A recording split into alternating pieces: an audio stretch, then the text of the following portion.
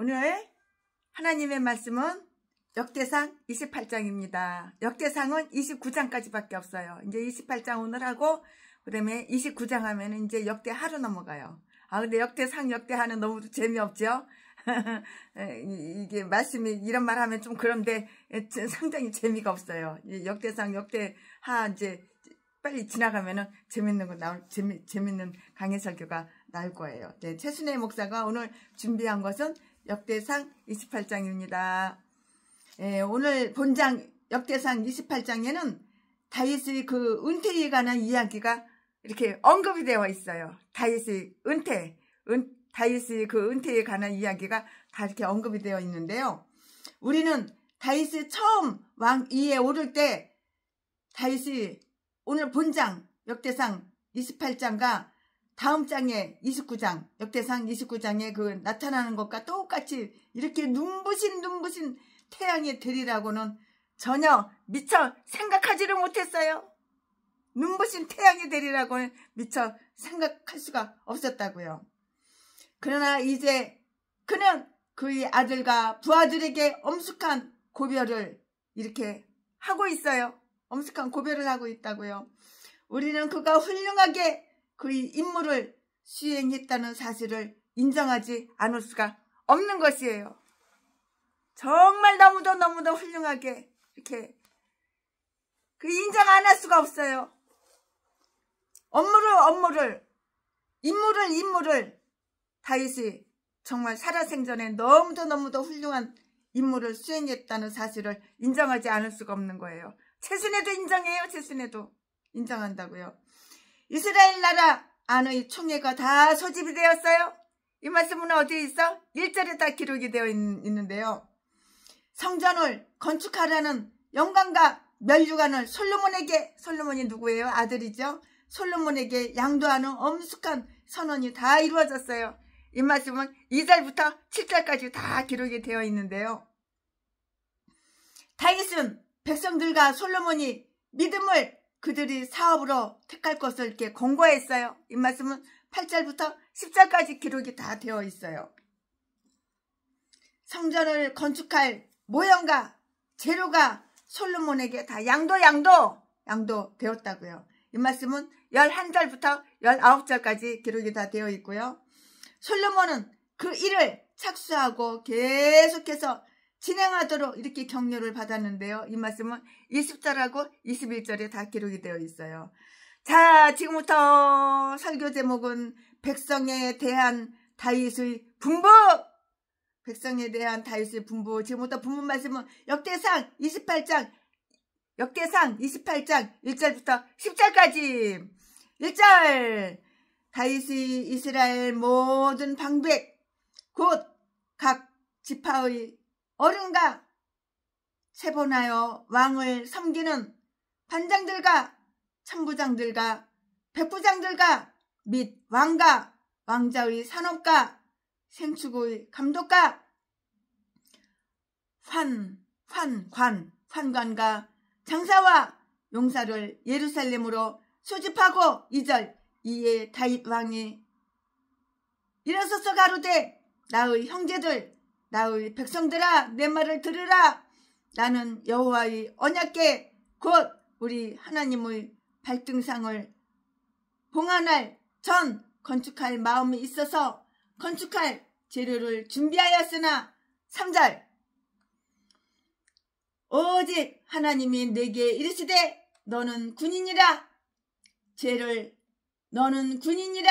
피를 흘렸으니 내 이름을 위하여 전을 건축하지 못하리라 하셨느니라. 4절, 그러나 이스라엘 하나님 여호와께서 전에 나를 내 부친을 온 집에서 택하여 영원히 이스라엘 왕이 되게 하셨나니 곧 하나님이 유다 지파를 택하사 머리를 삼으시고 유다의 족속에서 내 부친의 집을 택하시고 내 부친의 아들들 중에서 나를 기뻐하사 온 이스라엘의 왕을 삼으셨느니라. 5절, 여호와께서 내게 여러 아들을 주시고 그 모든 아들 중에서 내 아들 솔로몬을 택하사 여호와의 나라 위에 앉혀 이스라엘을 다스리게 하려 하실세. 6절 내게 이르시기를 내 아들 솔로몬 내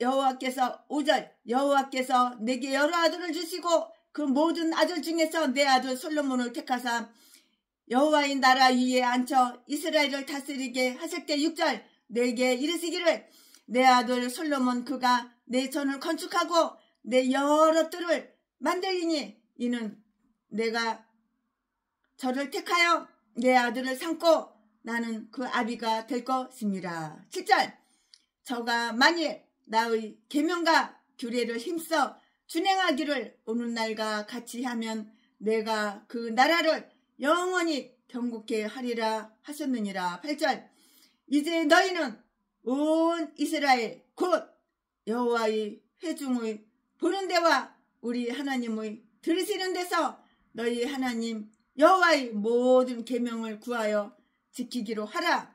그리하면 너희가 이 아름다운 땅을 누리고 너희 후손에게 끼쳐 영원한 기업이 되게 하리라. 9절 내 아들 솔로몬아 너는 내 아비의 하나님을 알고 온전한 마음과 깊은 뜻으로 섬길지어다. 여호와께서는 묻 마음을 감찰하사 모든 사상을 아시나니 내가 저를 찾으면 만날 것이요 버리면 저가 너를 영원히 버리시리라. 10절 그런즉 너는 삼갈지어다. 여호와께서 너를 택하여 성소의 전을 건축하게 하셨으니 힘써 행할지니라. 아멘. 이거 오늘 본문 말씀입니다. 이 본문 말씀 가지고 최순애가 준비한 강의 설교를 지금부터 시작하겠습니다. 네, 다윗은 당시에 하나님의 뜻을 쫓아서 이렇게 섬기며 사도행전 13장 36절에 많은 일들을 이루어 놓았어요. 이 일, 저 일, 저 일, 이 일, 힘든 일, 가벼운 일, 무거운 일. 그냥 중요한 일들을 많이 다 이렇게 다 이루어 놓았다고요. 그러나 이제 그가 죽어야 할 때가 됐어요. 안 죽고 영원히 살 수가 없잖아요. 나의 영혼은 죽지 않고 영원히 살지만 나의 육신은 흙으로 만들었기 때문에 흙으로 돌아가야 되잖아요. 때가 참에 하늘로 돌아가야 되잖아요. 최순애도 200살, 300살, 1000살, 2000살 살 수가 없어요. 최순애도 때가 되면은 이 육신의 장막을 벗고 내 육신은 하나님께서 흙으로 만드셨으니 흙으로 돌아가고 내 영은 천국을 가는 거고 마찬가지죠. 다윗이라고 안 죽을 수가 없어요.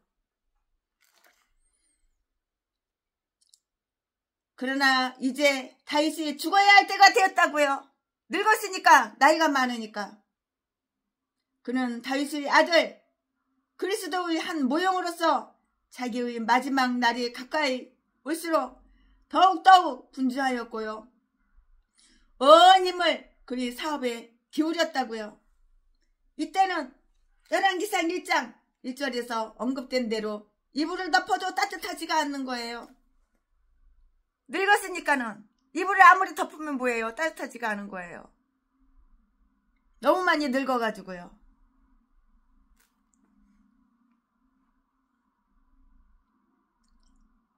이때는 열왕기상 1장 1절에서 언급된 대로 이불을 덮어도 따뜻하지 아니한 건강 상태에서 약간 회복되어 있었는데요.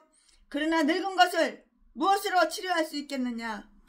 늙은 사람 아무리 치료한다 하더라도 20살, 30살 젊은 사람하고 똑같아요. 몸이 늙었는데 건물도 마찬가지예요. 45년 된 건물이 있어요. 근데 75억에 내놨어요. 근데 겉은 아주 화려해요. 새 건물하고 똑같아요. 왜? 리모델링을 해놨거든요. 최순애들은 이 건물을 갖다가 사래요. 작년에 그렇게 저한테 연락이 왔어요. 건물을 사라고. 그래서 가서 듣다 보니까는 다 그냥 그건 낡은 거예요. 낡은 거. 속은 골랐어요, 골랐어. 속은 골았어요, 골았어. 속은 다 썩었어요. 겉껍데기만. 사람으로 말하자면 화장품을 갖다가 기똥차게 120살 먹을 할머니를 갖다가 화장품을 갖다가 기똥차게 화장의 기술로 가발로 패션 20살 먹은 애 패션으로 해가지고 20살 25살 그렇게 만들어 놓는다고 그 사람은 그렇게 20살 25살처럼 젊어지나요? 건물도 마찬가지예요. 아무리 리모델링을 화려하게 했어도 겉껍데기는 새 건물이랑 똑같아도 속은 아니라고요. 속은 다 골았다고요. 그러니까 오래된 건물 사면 안 되는 거예요. 30년 50년 된 그런 건물 사면 안 되는 거예요. 아파트도 35년 된 거 저기 강원도 삼척에 가면은 3,500, 4천만 원만 주면은 사요. 오래된 거 35년 된 거 40년 된 거 그런 거 제가 몇 개 사가지고 몇 년 전에 몇 개 사가지고 집 없는 사람 오도가 또 못하는 사람 그런 사람 나눠주고 그랬는데요. 근데 그렇게 오래된 거는 오래 못 가는 거예요. 사람도 마찬가지예요.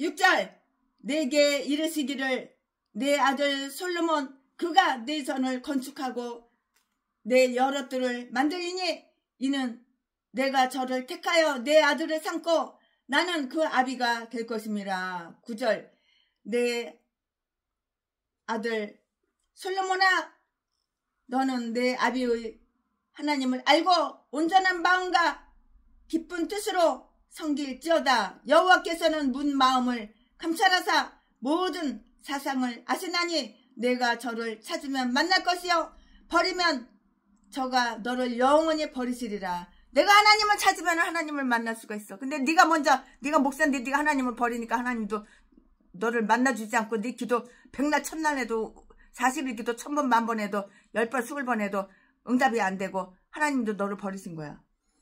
네 하기 나름이야. 그러니까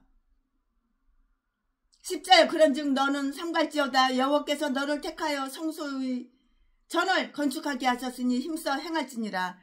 아멘. 이거 오늘 부문 말씀이에요. 이 부문 말씀 가지고 최순애가 준비한 거 강의 설교할 건데요. 다윗은 당시에 하나님 뜻을 쫓아서 섬겼어요. 사도행전 13장 36절에 그렇게 기록이 되어 있잖아요. 많은 일들을 이루어 놓았는데요. 그러나 이제 다윗이 죽어야 될 때가 됐다고 그랬어요. 그는 다윗의 아들 그리스도의 한 모형으로서 자기의 마지막 날에 가까이 올수록 더욱 바쁜 거예요. 이제 죽을 날 얼마 안 남았으니까는 할 일은 많고 이제 더 급하고 더 바쁜 거예요. 할 일이 산더미처럼 이렇게 많은 거예요. 그리스도의 한 모형으로서 자기의 마지막 날이 가까이 올수록 더욱 분주했고 온 힘을 그의 사업에 기울였는데요. 이때는 열왕기상 1장 1절에서 언급한 대로 이불을 덮어도 따뜻하지가 않은 거예요. 늙었으니까 아무리 이불 덮어도 따뜻하지가 않아요. 그러나 늙은 것을 무엇으로 치료할 수 있겠는가? 그러므로 그는 건강 상태가 호전되자 그 기회를 이용하여 하나님과 그 나라를 위해서 조금이라도 더 일을 한 것이에요. 그는 자기를 섬기는 모든 유인들을 불러서 모으고요. 그들에게 할 말을 남기고 하였어요. 내가 해야 될 말, 그런 말을 다 말하고 이렇게 남겼다고요. 1절 말씀에 모세도 이처럼 행하였고요. 신명기 31장 28절에 여호수아도 역시 그렇게 했는데요. 23장 2절 24장 1절 이렇듯 다윗은 백성들이 그 대표자들이 모두 모이지 않은 곳에서는 왕관을 양도하려고 하지 않았으므로 그들의 마음을 기쁘게 해주었던 거예요. 이렇게 기쁘게 해주었던 것이라고요. 그는 깊은 경의와 온화한 태도로 그들에게 이야기를 했는데요. 그는 그들을 맞이하기 위해서 침상에서 일어났을 뿐만이 아니고요. 그때에 새로운 기력이 그에게 불어 넣어졌다고요. 의자에서 일어섰다고요. 2절 말씀에 그것은 그가 이제 선포한 그 하나님의 뜻에 대한 경외심과 동시에 하나님의 그 백성 이스라엘을 거룩한 총회를 역시 존경했기 때문이고요. 다윗은 이런 개인보다도 훨씬 더 뛰어났지만 그들 전체보다는 못한 자였기 때문에 스스로 겸손하게 내가 나를 갖다가 내 자신 스스로 겸손하게 이렇게 행했다고요. 그는 권세를 지닌 자였고요. 다윗은 권세를 지닌 자였어요. 그러나 자기 스스로 자기가 날마다 겸손하게 하는 거예요.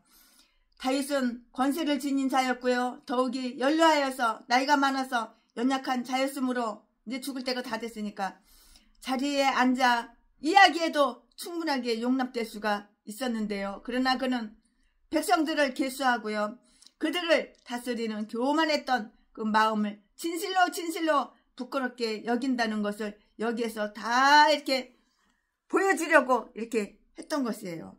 그는 그들이 모두 자기의 종들이라는 생각에 매우 흡족해 하였었으나 21장 3절 말씀에 이제는 그들을 그의 형제들이라고 이렇게 불렀고요. 그리하여 그가 지배하는 종들이 아니고요. 그의 형제 백성으로서 그들을 사랑하고 돌봤다고요. 나의 형제들, 나의 백성들아, 내 말을 들어, 내 말을 들으라. 우월한 자들은 이처럼 열등한 자들에게도 사랑과 겸손을 품고 이렇게 말을 해야 하는데요. 그렇다고 해도 그들이 영예를 손상당하지 않고요. 오히려 더욱 사랑을 받게 된다고요. 이렇게 하여 다윗은 자기의 말에 관심을 모았어요. 다윗이 이렇게 자기의 말에 이렇게 관심을 모았다고요. 다윗은 그가 하나님의 성전을 건축하려 했으나 하나님께서 그 일을 허락지 않으셨다는 점을 다 밝혔어요. 내가 이렇게 교회를 세우려고 그러는데, 성전을 건축하려고 그러는데 하나님은 허락하지 않는다. 이렇게 그냥 솔직하게 이렇게 다 밝힌 거예요. 이 말씀은 2절 3절에 있고요. 이것은 그가 전에 22장 7절 8절에서 솔로몬에게 다 알렸던 것이고요. 여기에서 여호와의 그 언약궤를 봉안한 전이란 곧 우리 하나님의 발등상을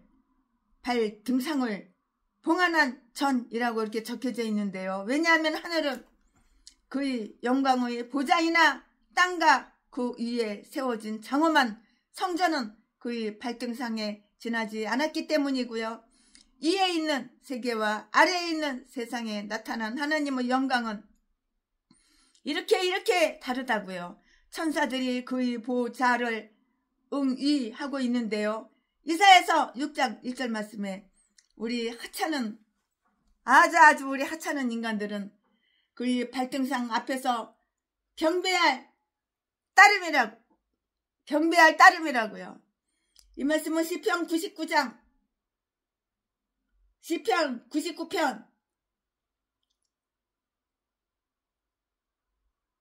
또한 시편 5편 132편 7절 말씀을 다 있고요.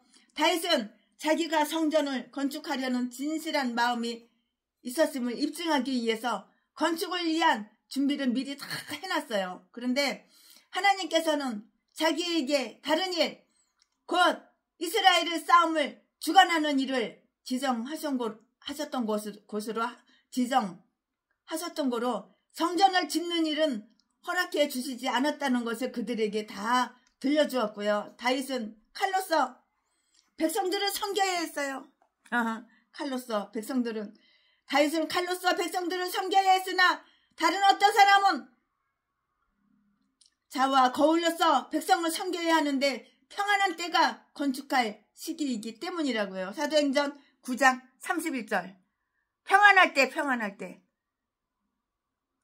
때가 건축할 시기라고요.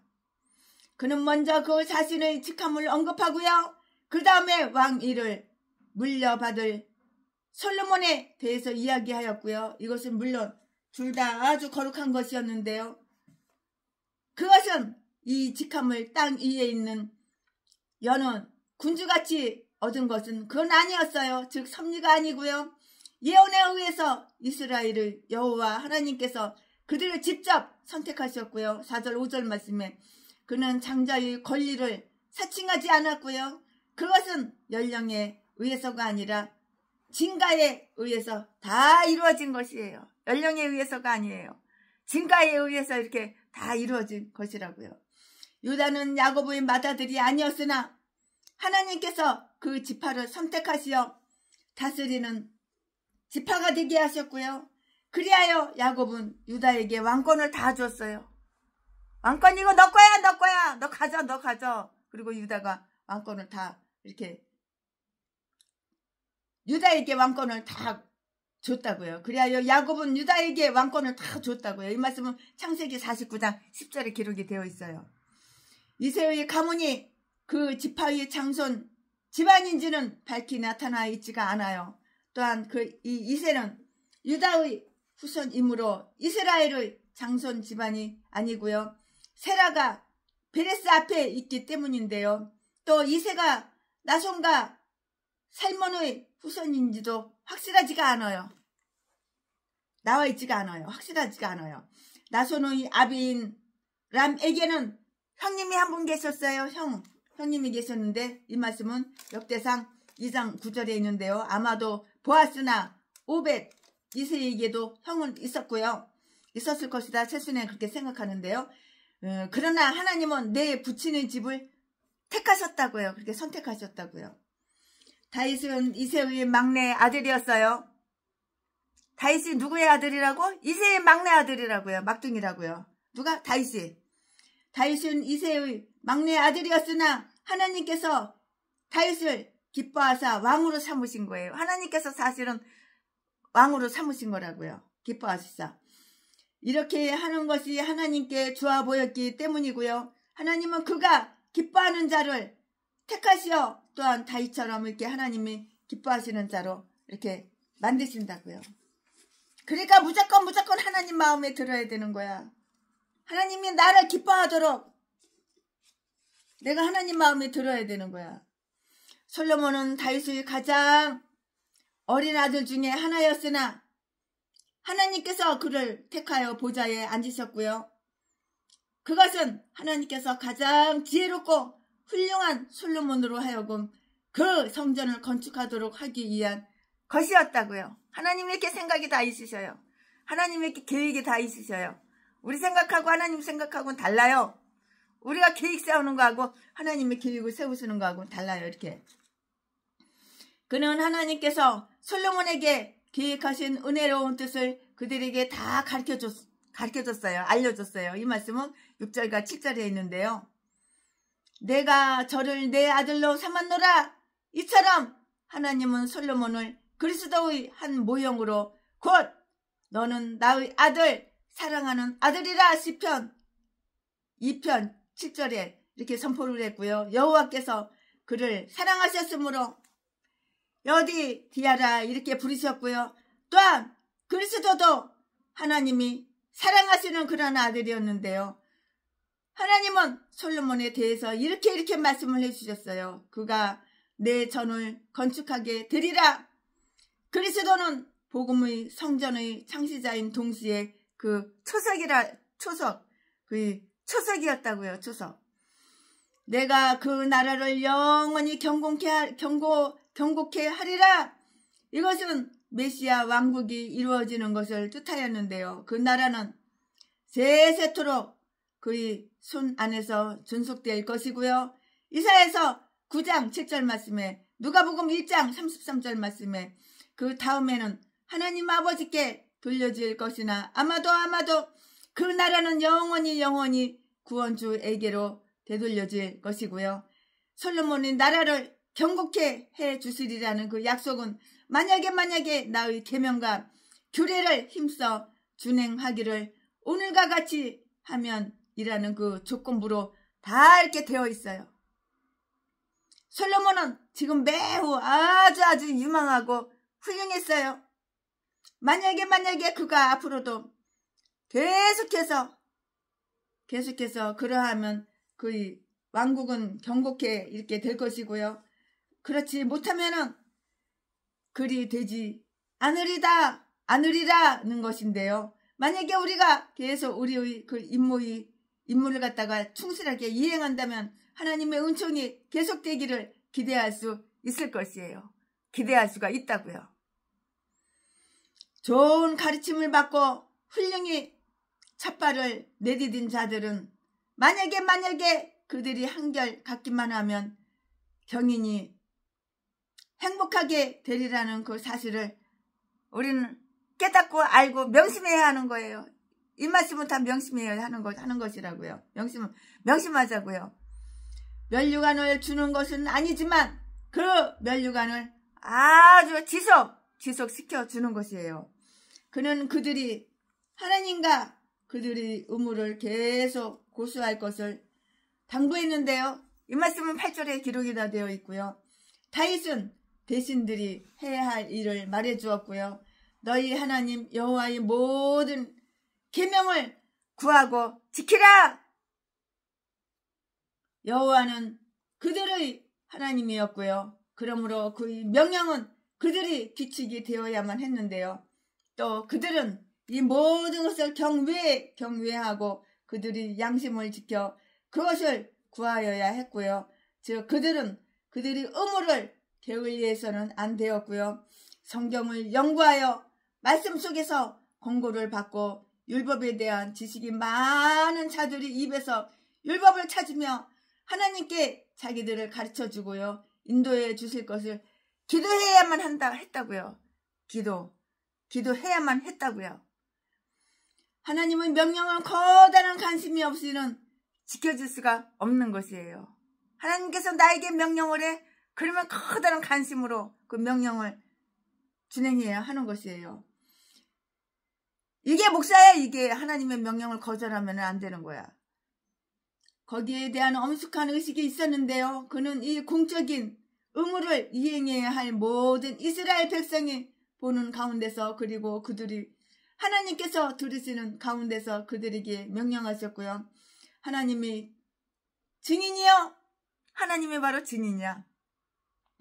하나님이 증인이요. 이 회중이 증인이 되어서 그들에게 주어진 선한 충고와 경고를 받을 것이니라. 만약에 그것을 지키지 않는다면 그것은 그들이 잘못이고요. 하나님과 사람이 증인이 되어서 그들을 어떻게? 고소를 해버려요. 고소할 것이라고요. 그냥 고소하는 거예요. 그냥 고소해버린다고요. 이 말씀은 어디에 있어? 디모데전서 5장 21절, 디모데후서 4장 1절 말씀이 기록이 되어 있어요. 신앙을 고백하는 자들은 자기들이 하나님의 총애와 사람들이 주는 명성을 귀하게 여기는 만큼 또한 자기들이 고백한 그 신앙에 아주 충성하고 충실해야 하는 것이에요. 나에게 맡겨진 사명은 내가 충성해야 되는 것이고 하나님께서 나에게 맡겨주신 그 사명은 내가 충실해야 된다고. 충실해야 한다고요. 그래야지 하나님께서 나에게 일거리를 또 주시는 거야. 그렇지 않으면 일거리가 딱 말라버려. 없어. 그리고 실업자가 되는 거예요. 실업자. 이런 분부를 지켜야 하는 동기는 다음과 같은데요. 그들이 이 의무를 지킴으로써 이 아름다운 땅에서 계속해서 평화롭게 살 수가 있고요. 그들의 자손들에게 물려줄 수도 있게 되는 것이에요. 평화롭게 살고 싶어? 자손들한테 이렇게 물려주고 싶어? 그럼 이대로 말씀을 듣고 말씀을 실천하면 되는 거예요. 의무. 내가 해야 할 의무를 지켜야 되는 거예요. 다윗은 솔로몬 자신이 지켜야 할 그 의무를 말하는 것으로 이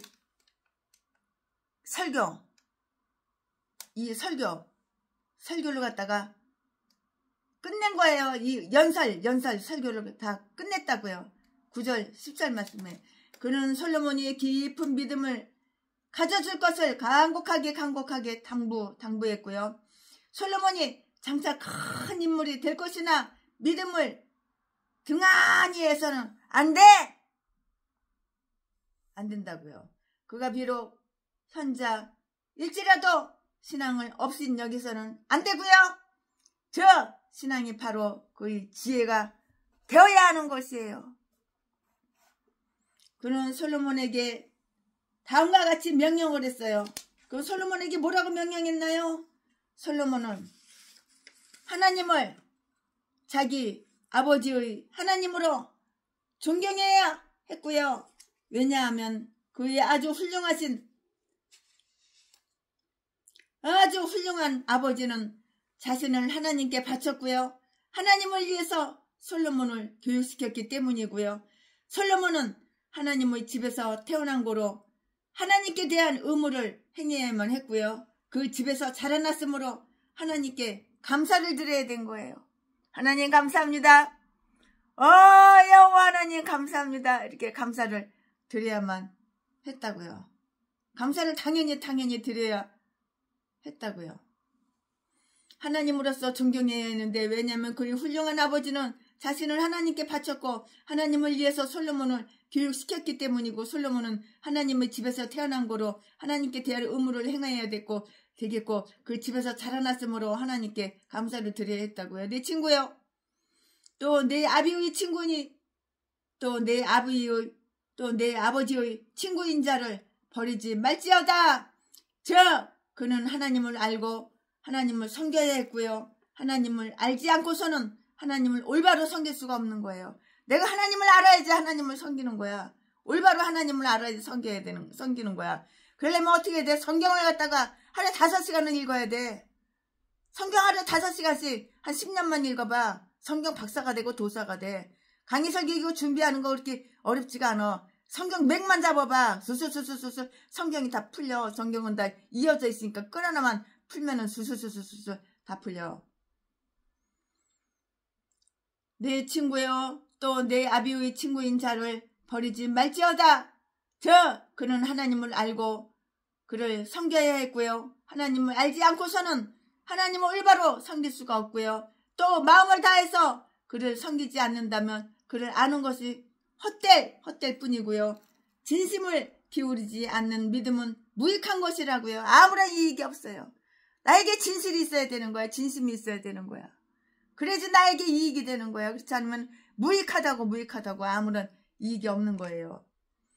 진심을 기울이지 않는 믿음은 무익한 것이라고. 그러니까 사람이 정직하게 살아야 되는 거야. 내가 목사면은 진심을 가지고 정직하게 살아야 되는 거야. 진심을 기울이지 않는 믿음은 무익한 것이라고요. 온전하게 곧 올바른 마음으로 진실한 마음이 우리의 복음을 완성하는 것이기 때문이고요. 그를 섬기라고요. 그리고 사랑의 원리대로 기쁜 마음으로 즐거워하며 그를 섬기라고요. 솔로몬의 의무 이행을 요구하는 그 논지가 있는데요. 그가 주장한 일반적인 논지는 다음 2가지예요. 그럼 그 2가지가 뭐냐? 그 2가지를 태순애가 지금 설명해 드릴 것인데요. 첫째, 한 가지는 하나님은 우리 영혼의 비밀을 다 알고 계신다는 거예요. 하나님 바보 하나님 아니야. 멍청한 하나님 아니야. 전능한 하나님 아니야. 내가 인간들은 아무리 속이고 내 범죄 사실을 숨기고 감추고 덮고 속이고 쇼 연기 탤런트보다 영화배우보다 연기를 더 잘해가지고 사람들한테 인정받고 존경받고 그러는 채 그래도 하나님은 못 속이는 거야. 하나님은 다 알고 계시는 거야. 그 속마음을 다 알고 계시는 거야. 하나님은 우리 영혼의 비밀을 다 환하게 다 알고 계신다고.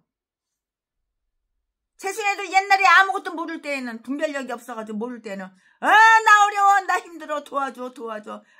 쌀 떨어졌어. 우리 교회 월세 못 내가지고 집주인이 나가라 그래. 그러면 그냥 계좌번호 네 통장 사진 찍어가지고 나한테 보내. 그래 이제 막 줬어. 그래 나중에 알고 보니까 다 사기야, 다 거짓말이야. 뻥이야 뻥. 그 돈 가지고 명품이나 사서 지 몸뚱이에 걸치고 금가루 화장품 몇백만 원짜리 사서 진다 쌍번대기 바르고 그 돈 가지고 그냥 성형외과 가지고 성형수술하고 헛지랄 개지랄 쾌락 낭비. 예수는 무슨 예수가 있어. 예수도 없어. 죄나 짓고 쾌락이나 누리고 놀러나 다니는 거 맛집이나 다니면서 맛있는 거나 비싼 거나 사쳐먹고. 그러니까 그 다음부터는 안 줘. 알아보고 줘. 하나님은 우리 영혼의 비밀을 알고 계신다는 것인데요. 그는 모든 사람의 마음을 살피시며 인간은 헤아릴 수 없는 왕의 마음까지도 감찰하시는데요. 잠언 25장 3절 말씀에 그런즉 우리는 진실해야 한다고요. 내가 목사야? 그럼 진실해야 되는 거야? 정직해야 되는 거야? 왜 아가리만 벌리면 뻥치고 사기치고 거짓말해? 왜? 너 딴 게 목사냐? 그러니까 하나님은 너를 떠난 거야. 널 버린 거야. 그런즉 우리는 진실해야 한다고요. 우리가 거짓을 행하더라도 그것을 감찰하시는 하나님은 결코 하나님을 안 속아. 네가 이빨이 세가지고 그렇게 말을 잘해도 네가 글을 잘 써가지고 말을 그렇다하게 아주 동정심 사는 글을 써가지고 눈물 뚝뚝뚝뚝 흘리게 눈물 떨어지게 해가지고 남의 돈을 갖다가 공짜로 싹 뽑아 처먹어도 하나님은 안 속아. 최순애도 이제는 안 속아. 옛날에 많이 속았지만. 그런즉 우리는 진실해야 한다고요. 우리가 거짓을 행하더라도 그것을 감찰하시는 하나님은 결코 속지 않으신다고. 하나님 바보 하나님인 줄 알아? 맨날 속는 줄 알아? 최순애도 이제는 안 속는다고.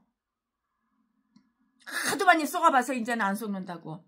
그러므로 우리는 하나님을 섬기는 일에 마음을 다해서 행하여야 하고요. 그가 모든 생각을 감찰하고 선하고 악한 것을 가려내시기 때문이에요. 이건 선한 것이다. 이건 악한 것이다. 이거 김 목사, 이거 전라도 똥개새끼 개목사, 이건 악한 놈이다. 이거 서울에서 명동에서 목회하시는 우리 원겸 목사님은 선하신 목사님이다. 다 하셔. 우리는 이 세상에서 행복하거나 비참하거나 간에 언제나 하나님을 섬겨야 한다는 것이고요. 우리가 그를 열심히 구하면 만날 것이고요. 그것은 우리를 충분하게 행복하게 해줄 것인데요. 히브리서 11장 6절 말씀에 만약에 우리가 그를 버려 그를 섬기지도 않고 따르지도 않으면 그도 우리를 영원히 버리실 것이므로 우리가 하나님께 버림받으면 어떻게 해야 돼? 내가 비참하게 되는 거야. 처참하게 되는 거야. 날마다 뒤질 일만 생겨. 좋은 일 하나도 없어. 기쁜 일 하나도 없어. 날마다 슬픈 일만 생겨. 땅을 치고 통곡할 일만 생겨. 우리는 이 세상에서 행복하거나 비참하거나 간에 언제나 하나님을 섬겨야 한다는 것이라고요. 우리가 하나님을 열심히 구하면 하나님을 만날 것이고 그것은 우리를 충분하게 하나님께서는 행복하게 해주실 것인데 히브리서 11장 6절 말씀에 만약에 우리가 하나님을 버리고 하나님을 섬기지도 않고 하나님을 따르지도 않으면 그도 하나님도 우리를 영원히 버리실 것이고 우리가 비참하고 처참하게 된다고. 뒤질 일만 생긴다고. 슬플 일만 생긴다고. 우리가 먼저 하나님을 버리지 않으면 하나님께서는 결코 나를 안 버리셔요. 결코 먼저 하나님께서는 결코 먼저 우리를 버리지 아니하신다는 것을 우리는 알아야 되는 거예요. 명심해야 되는 거예요. 특별히 솔로몬에게 해당되는 논지가 하나 있는데요. 18절 말씀에 너는 성소의 전을 건축하게 될 것이다. 너는 성소의 전을 건축하게 될 것이라고요. 그러므로 하나님을 구하고 섬겨서 그 사업이 올바로 행하여져 하나님의 뜻에 합당한 것이 되게 하라는 것이에요. 이유가 바로 이것이에요. 의무 이행의 방침이 다 이렇게 지시되어 있는데요. 이것은 또한 우리 모두에게도 내린 명령이라고 이렇게 말을 할 수가 있어요. 경고. 삼갈지어다 악하게 보이거나 악으로 인도하는 것들을 조심하라고. 그러니까 최순애가 악한 전라도 개인가들하고는 상종을 안 해. 하다못해 우리 빌딩에 경비 그 전라도 인간도 내가 내쫓아버렸어. 강원도 지사님으로 바꿔버렸어. 청소 안 해놓고 청소했다 그러고 월급만 받아 처먹고. 청소를 하나도 안 했어. 계단 청소 하나도 안 했어. 계단이 그렇게 먼지가 쌓이고 더럽고 창틀도 하나도 청소 안 했어. 그 청소비만 받아 처먹는 거야. 한 달에 60만 원씩 받아 처먹는 거야. 고향이 어디가 물어보니까 전라도야. 그만하시오 이제. 가시오. 마지막 월급 주고 내쫓아버리고 강원도 우리 집사님 오시오. 얼마나 청소를 깨끗하게 해놓으신지 몰라. 계단 청소 싹 해놓고 창문 틈 사이도 깨끗하게 다 해놓으시고. 최신애가 월급 한 달에 60만 원씩 줘요. 일주일에 한 번 오니까. 일주일에 한 번씩 오셔가지고 청소하니까. 계단 청소. 경고. 삼가할지어다. 악하게 보이거나 악으로 인도하는 것들을 조심하고 주의하라고요. 용기가 있어야 되는 거예요. 힘써 행할지니라. 우리가 결심을 하지 않으면 우리의 힘을 다할 수가 없고요. 하나님의 은총으로부터 힘을 얻을 수가 없는 것이에요. 아멘. 지금부터는 설교 제목이 바뀌어요. 본문 말씀이 바뀌어요.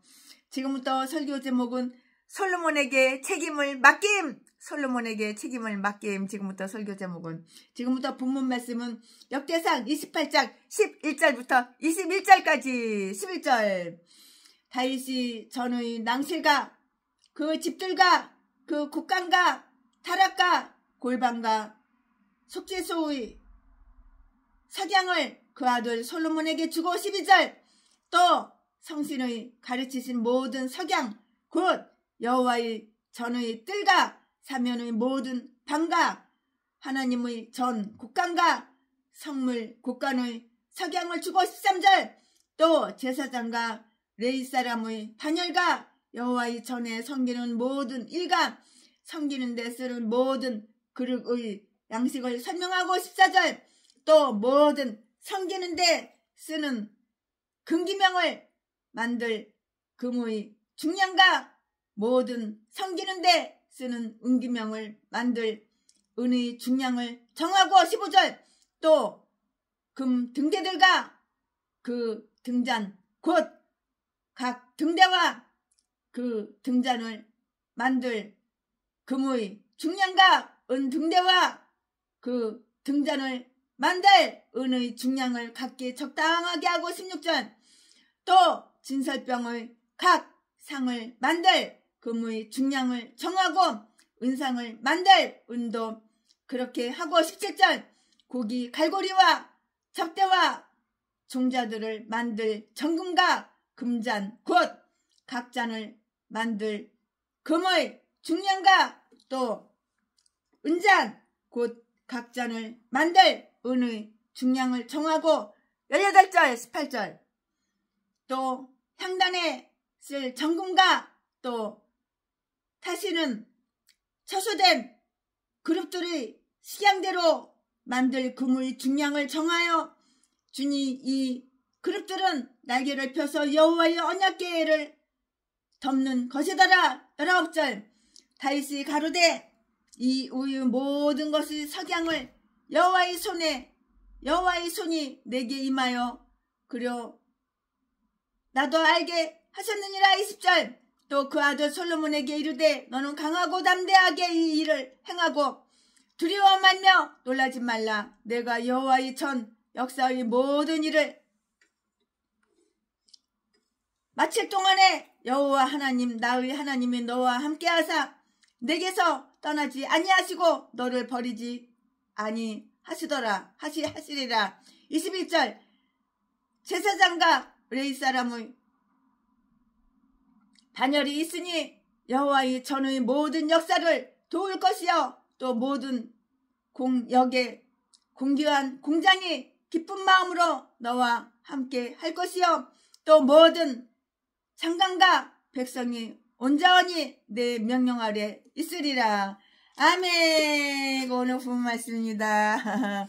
이 부분 말씀 가지고 또 나머지 설교를 쭉쭉쭉쭉 이어서 계속해서 할 거예요. 네, 다윗이 그의 아들에게 하나님을 구하고 그를 섬기라고 한 그 일반적인 의무는 율법에 적혀 있는 것으로서 그의 아주 유일한 명령이었으며 그 외에 다른 것은 필요가 없었어요.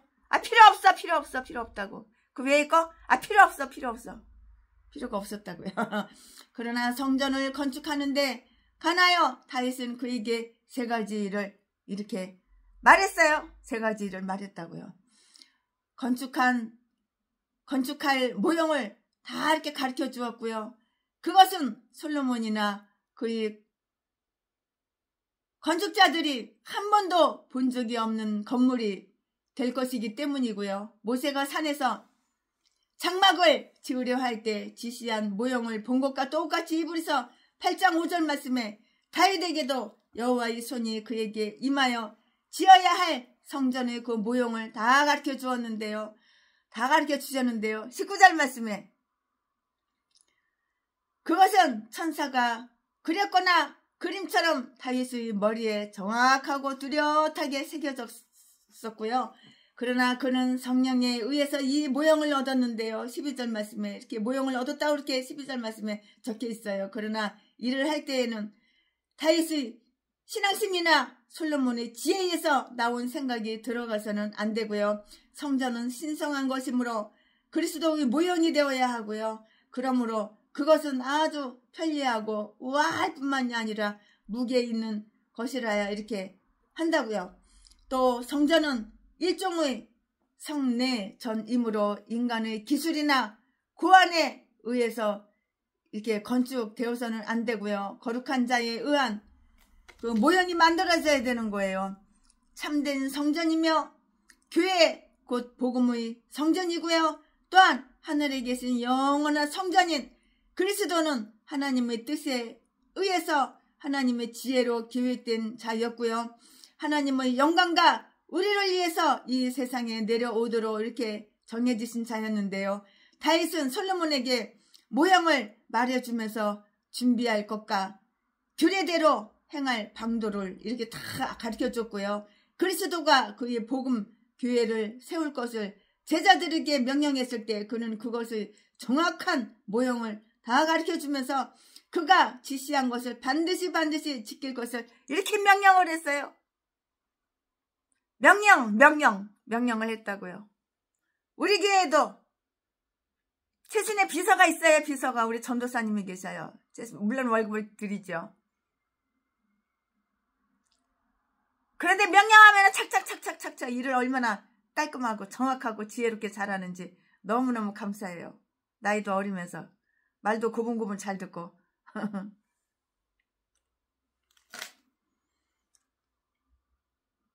최순애가 하나님께서 명령하는데 최순애가 명령을 안 들어? 그럼 하나님께서 최순애 잘라버리는 거야. 최순애가 명령하는데 최순애 밑에 있는 전도사님이 비서가 말을 안 들어? 그럼 최순애가 그 비서 전도사님 잘라버리는 거야. 더 이상 너하고 나하고 관계 끝! 잘라버리는 거야. 그러나 그는 성령에 의해 이 모형을 얻었는데요. 12절 말씀, 이러한 일을 할 때는 다윗의 신앙심이나 솔로몬의 지혜에서 나온 생각이 들어가서는 안 되고요. 성전은 신성한 것이므로 예수 그리스도의 모형이 되어야 하는데요. 그러므로 그것은 편리하고 우아할 뿐만이 아니라 무게 있는 것이라야 하고요. 또 성전은 일종의 성내 전이므로 인간의 가출이나 인간의 기술이나 고안에 의해서 건축되어서는 안 되고요.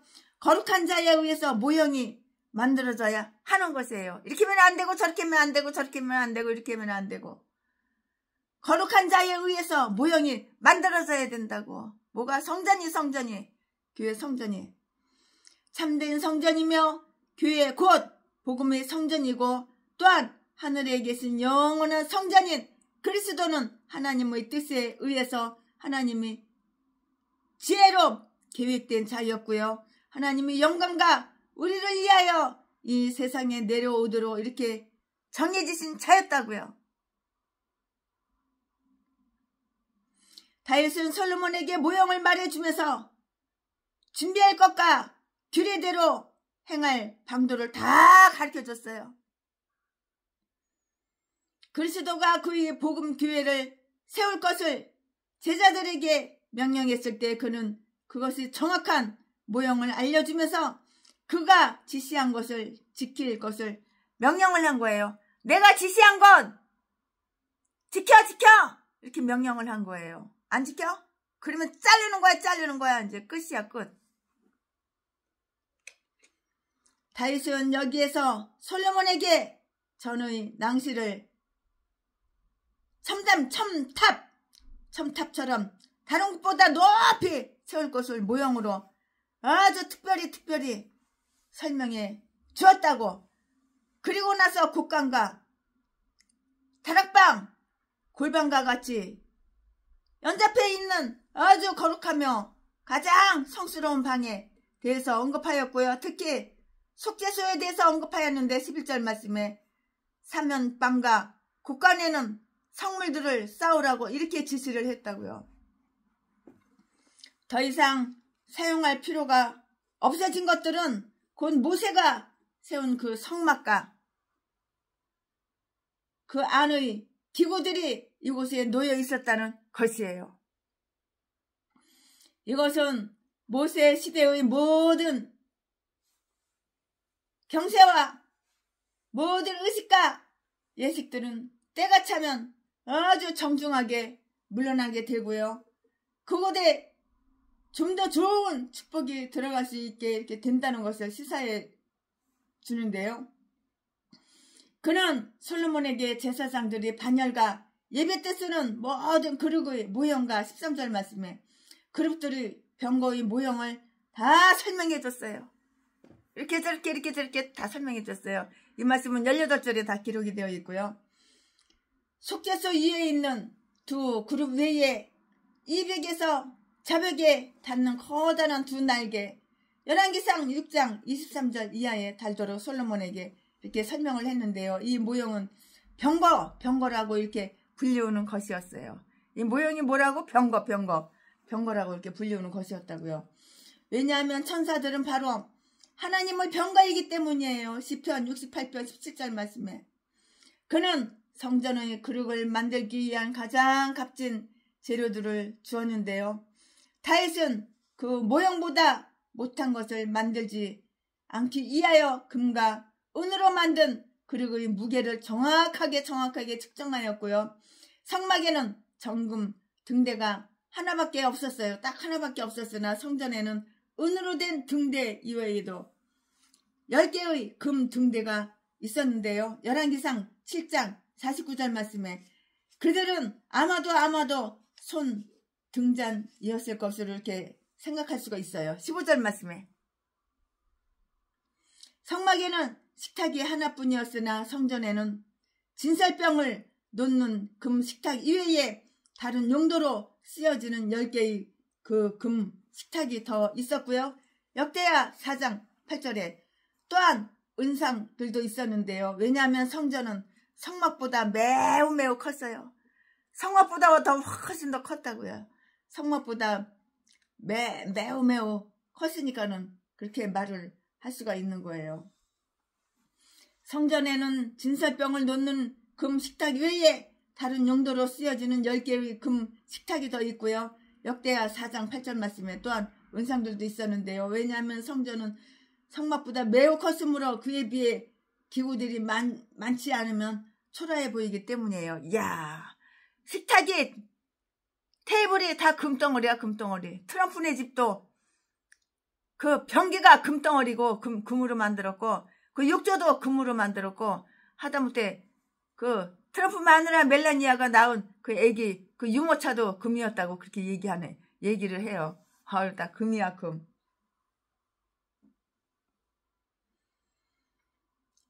본향하는 제단은 다른 것들보다 더 순수한 정금으로 만들라고 이렇게 적혀져 있다고요. 18절 말씀에 그것은 이 세상에서 가장 깨끗하고 온전한 중재자 그리스도를 상징하는 것이기 때문이었는데요. 이 큰 사업을 하는데 필요한 도움을 구하는 법을 알려주었고요. 방해받을까봐 두려워하지 말라. 방해받을까 두려워하지 말라. 의무나 걱정 그리고 어려움을 두려워하지 말라. 울사처럼 이 일을 실수할까 두려워하지 말라. 건축을 시작하되 그것을 끝내지 못하는 어리석은 건축자의 비난을 두려워하지 말라. 놀라지 말어. 두려워하지 말라. 놀라지 말라. 두려워하지 말고 놀라지 말어. 두려워할 필요 없는 거야. 놀랄 필요가 없는 거야. 하나님이 너를 도울 거야. 근데 뭘 두려워해? 뭘 무서워해? 하나님은 너를 도우실 건데 뭘 두려워해? 뭘 무서워해? 뭘 무서워서 벌벌벌 떨고 뭘 두려워서 벌벌벌 떨어? 최순애가 올해 1월 27일 날 쓰러져서 완전히 죽었을 때, 나중에 깨어났을 때 최순애는 두려워하지 않았어요. 천국 갈 자신이 있었으니까. 하나님이 알아서 하시겠지. 내 사명 끝났으면 하나님은 날 데려갔을 것이고, 내 사명이 아직 있으면 안 데려갔을 것이고. 근데 하나님은 데려가지지는 않으셨어요. 죽었다가 다시 살아난 거예요. 깨어난 거예요. 병원에 가서 머리서부터 발끝까지 다 검사해봤는데 하루에 100만 원이 넘어요. 검사비만. 종합병원 가서. 근데 아무런 이상이 없어요. 그래가지고 나중에 그 이유를 알았어요. 왜 내가 그렇게 졸도했나. 갑자기 저는 저혈압이에요. 저혈압. 90에 60밖에 안 돼요. 아침에 그냥 맛있게 그냥 식사를 잘 하고 나서 온천물에 뜨거운 물에 그냥 퐁당 들어가니까는 혈압이 갖다놔 저혈압인데 혈압이 팍 떨어져가지고 머리로 가는 혈류가 수납된 거야. 그래가지고 순간적으로 죽었었죠. 쓰러져서. 그것도 2번씩이나. 근데 우리 원경 목사님이 주신 그 칼슘 먹고 그 뒤로는 한 번도 쓰러진 적이 없어요. 제가 원경 목사님 말을 잘 들었거든요. 그래서 그 뒤로는 쓰러진 적이 없어요. 또한 은상도 있었는데요. 왜냐하면 성전은 성막보다 매우 컸으므로 그에 비례하여 기구들이 많지 않으면 초라해 보이기 때문인 거예요.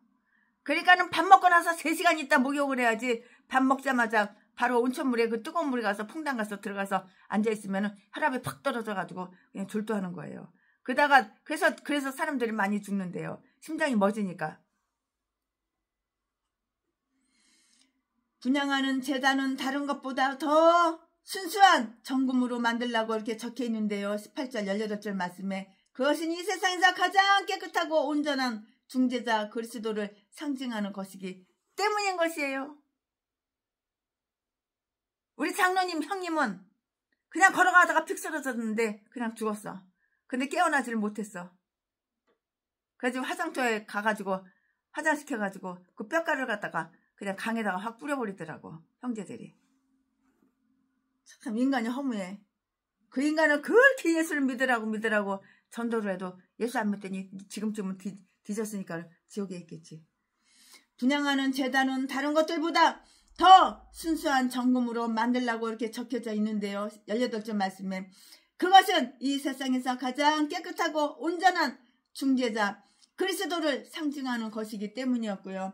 이 큰 사업을 하는데 필요한 도움을 구하는 법을 알려주었는데요. 방해받을까봐 두려워하지 말라. 의무나 걱정 그리고 어려움을 두려워하지 말라. 우사처럼 이 일을 실수할까 두려워하지 말라. 건축을 시작하되 그것을 끝내지 못하는 어리석은 건축자의 비난을 두려워하지 말어. 놀라지 말어. 하나님 너와 함께해. 쓰러져서 뒤졌어도 다시 깨어나잖아. 하나님이 너를 도운다고 너를 도와. 하나님이 너를 도우리니 너는 그를 제일 먼저 섬겨야 한다고. 20절 말씀에 내가 선택하여 섬긴 여호와 하나님, 나의 하나님은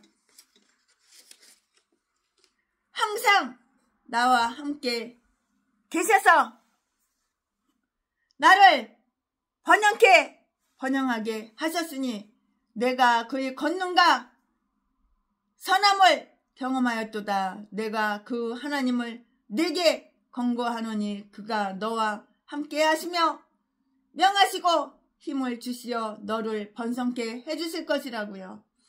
우리 조상들과 그들의 일생을 돌보셨던 하나님은 우리가 다시 그에게 신실하며 역시 우리의 일생 동안 우리와 함께 계셔주시며 또한 우리에게나 우리를 통해서 행하실 하나님의 일이 있는 한은 결코 우리를 떠나지 않으실 것을 명심하자고요. 명심해.